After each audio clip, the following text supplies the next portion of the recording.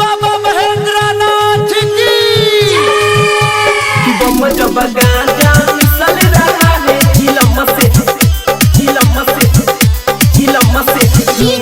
धुआं निकल रहा है, चिलम से धुआं निकल रहा है। भोले बाबा की नगरी में जाना है, उनके भक्ति में सबको नहाना है। भोले बाबा की नगरी में जाना है, उनके भक्ति में सबको नहाना है। बोल बम बोलना है, गाजा खूब मलना है। बोल बम बोलना है, गाजा खूब मलना है। पीली जल रहा है कि यार ये बम और का चल रहा है। ए बम सावन में तो गाजा चल रहा है कि बम जब गाजा मिसल रहा है चिलम से धुआं निकल रहा है। कि बम जब गाजा मिसल रहा है चिलम से धुआं निकल रहा है।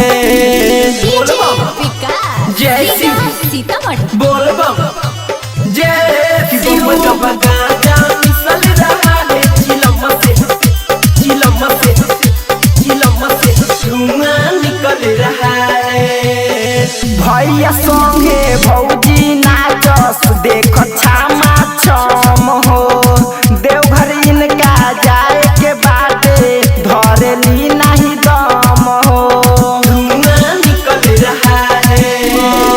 भैया संगे भौजी नाचस देख छामा छम हो।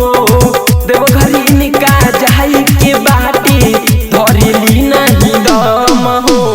गाजा भांग घोलेली भक्ति में डोलेली, गाजा भांग घोलेली भक्ति में डोलेली। मन में ही चल रहा है ये वीर बम, ई कब ले चल रहा है। ए बम ई तो पूरा सावन भर चल रहा है। कि बम जब गाजा मिसल रहा है चिलम से धुआं निकल रहा है। कि बम जब गाजा मिसल रहा है चिलम से धुआं निकल रहा है।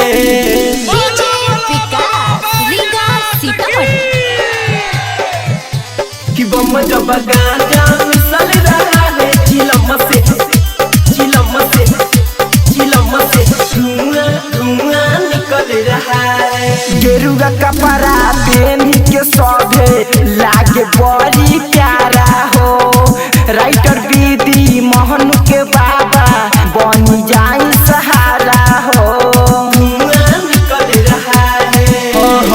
गेरुआ कपड़ा पहन के सभे लागे बड़ी प्यारा हो। प्रेमी इंदल राइटर नीरज के बनी जाई सहारा हो। आर के गुप्ता जइहे हो डीजे बजइहे हो। आर के गुप्ता जइहे हो डीजे बजइहे हो। ई गाना चल रहा है ये कृष्णा बम। अब रहने दीजिए, कितना मारिएगा दम। ई तो बाबा का बूटी न है। कि बम जब गाजा मिसल रहा है चिलम से धुआं निकल रहा है। कि बम जब गाजा मिसल रहा है चिलम से धुआं निकल रहा है। आर के रिकॉर्डिंग स्टूडियो लखौरा।